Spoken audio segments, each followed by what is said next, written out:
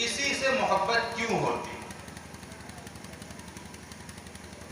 علماء نے محبت کے جو اسباب، جو وجوہات بیان کی ہیں، ان میں سے بنیادی طور پر 4 چیزیں۔ پہلی چیز احسان۔ کسی سے آدمی محبت کرتا ہے، اس آدمی سے، اس چیز سے انسان محبت کرتا ہے جس کا احسان ہوتا ہے۔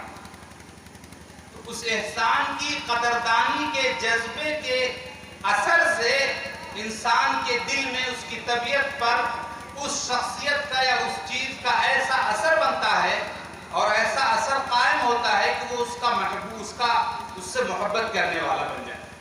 تو پہلی چیز جس سے انسان کسی سے محبت کرنے لگتا ہے وہ احسان۔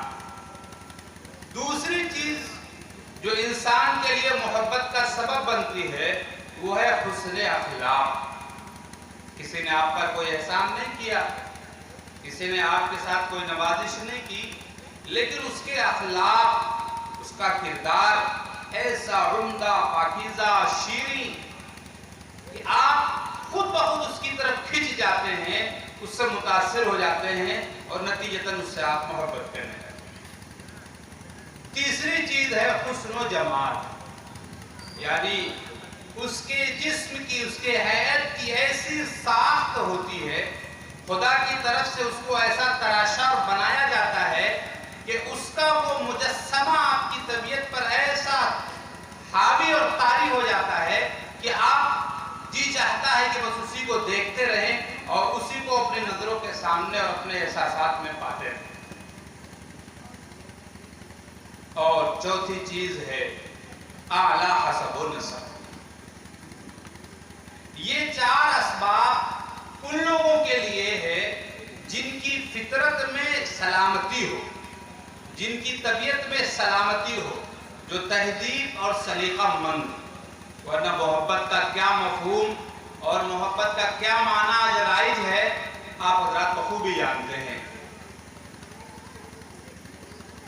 جس چیز کو ہوس، بدنگاہی اور بے لذتی اور اس طرح کے عنوان سے تعبیر کرنا چاہیے تھا، اس کو آج لوگوں نے محبت کا نام دیا۔ حالانکہ محبت کسی کے کمال کے اثر سے ہوتا ہے۔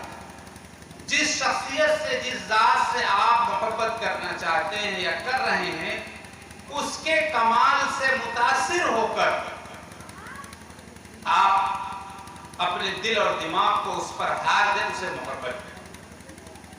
اب میں آپ حضرات کے سامنے بات رکھوں گا کہ کس طرح حضور پاک علیہ السلام سے ہمیں محبت کرنا چاہیے اور آپ کی ذات کیوں محبت کے لائق ہے۔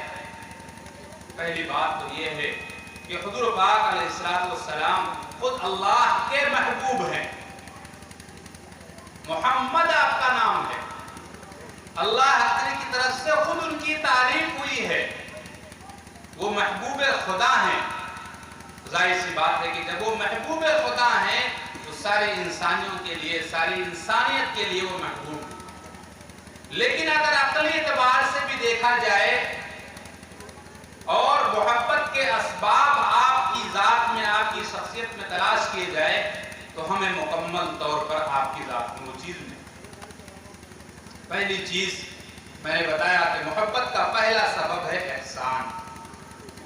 آج ہم جب اپنی موجودہ حالت پر اور ساری انسانیت کے حال پر ہم غور کرتے ہیں، توجہ اور جو ہے ہم نظر ڈالیں گے تو ہمیں سمجھ میں آئے گا کہ موجودہ دنیا پر جس شخصیت کا، جس انسان